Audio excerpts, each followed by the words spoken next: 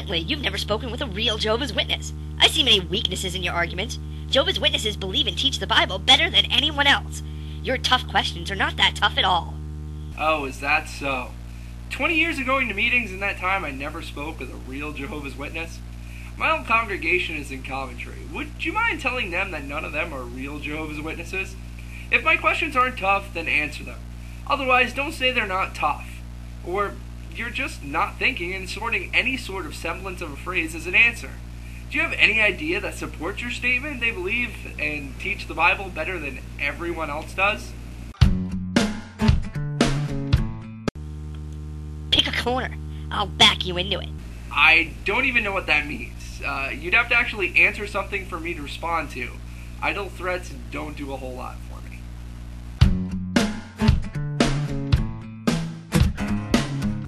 Pick a subject. That's what it means. I have 50 questions and 10 bonus questions. You comment on the question, and I'll commence with your biblical destruction. You'll commence with my biblical destruction? Well, better get on with it then. I assume you have a Bible nearby. It wouldn't be much of a battle of wits. I know the Bible better than you do. The Bible is what we accept. You have to list scriptures that back what you say. This is your attempt at an answer?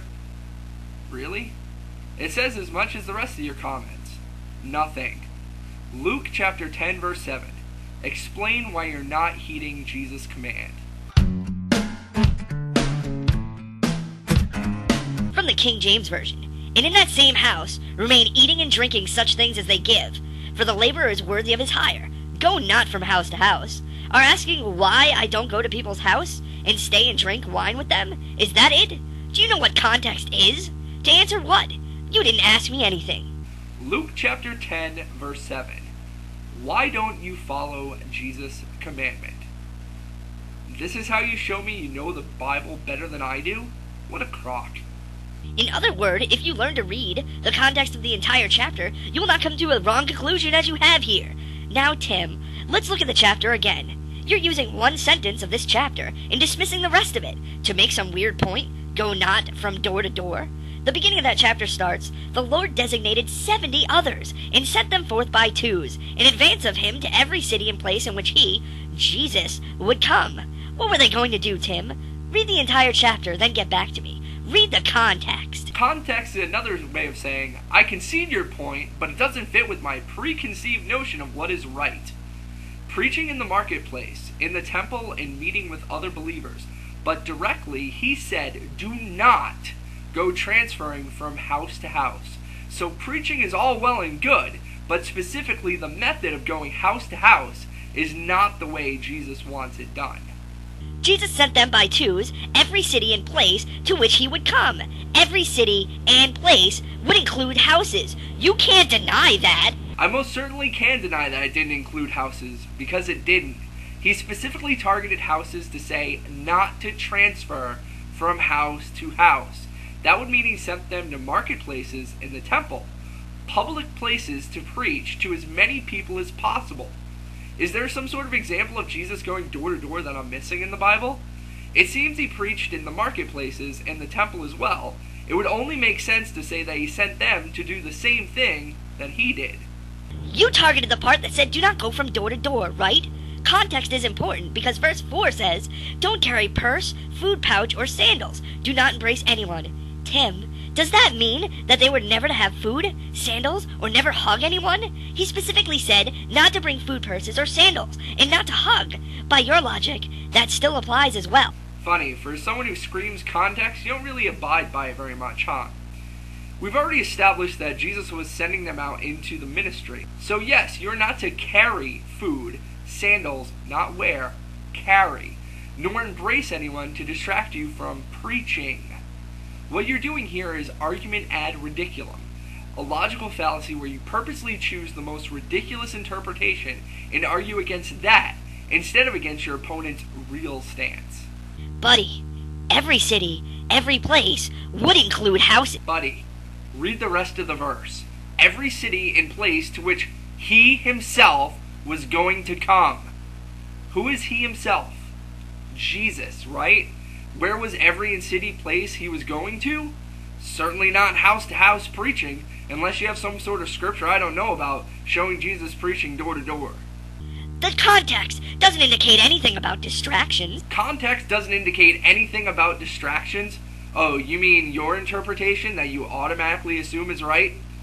Again, you're practicing argument ad ridiculum. You're creating an imaginary stance to argue against because you can't defend against the actual opponent's stance. By the way, Luke chapter 10 verse 5, when you enter into a house, see what I mean about context? So either the Bible is contradictory or you are wrong. You do know the historical context of that scripture, or are you purposely ignoring it? They would preach in the marketplaces and the temples, and when they were invited to a believer's house, they would return with them and have dinner while preaching. I'm assuming you're purposely ignoring this for the sake of the argument, but you might just be ignorant. You do know this, right? You just admitted they were going preaching. Verse 5 says when you enter into a house, so they were to preach at the houses they visited. I never said they didn't preach. I'm saying they didn't go from house to house preaching. They preached in the marketplaces and the temples where he himself went, Jesus. Then when invited back to people's houses, they went to preach further.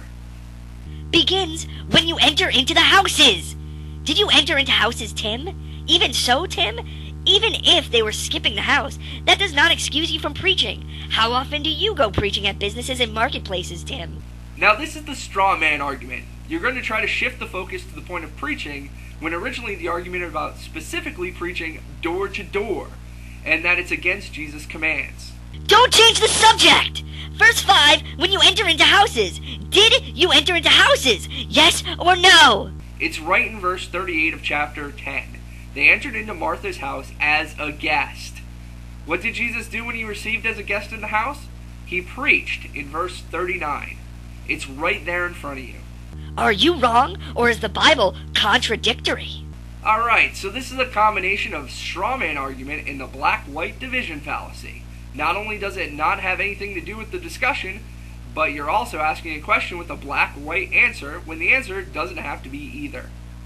The answer could be that I'm not wrong, the Bible isn't contradictory, but you're interpreting things incorrectly. You are saying every city and place excludes people's houses.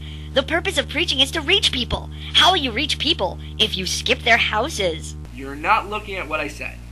The rest of the verse you're quoting says, every city and every place, he himself is going. Which means they're going where Jesus did. He preached in the marketplace and in the temple, not at people's houses from house to house. Really, the only way to reach people is at their homes? Really? What's your percentage of not at homes when you preach? What if you went to the mall or a supermarket? What are the better odds of reaching people? You have to prove that! Every city and place means to skip the houses! You have to prove it! Now you're using the fallacy, shifting the burden of proof. You came on here to pick an argument with me saying that they went house to house. I've shown that they were going where Jesus went and asked where Jesus went from house to house. So your last-ditch effort is to shift the proof onto me. My proof is that they were going where Jesus went, and there's no scriptures of Jesus preaching from house to house. The verse you quoted says, where he himself is going. You proved it for me. You have to prove that Jesus never preached at houses! Find a scripture that says he did, and I'll be proved wrong. The proof is the fact that there's no scriptural evidence of him preaching from house to house.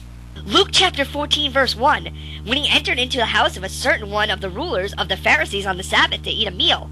Verse 3, Jesus spoke the words versed in the law.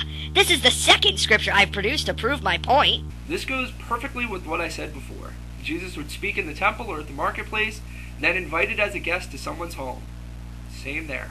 Well, the heat is so great, it plays tricks with the eye. It turns the road into water, then from water to sky. And there's a crack in the concrete floor, starts at the sink. Yeah, there's a bathroom in a gas station, and I've locked myself in it to think.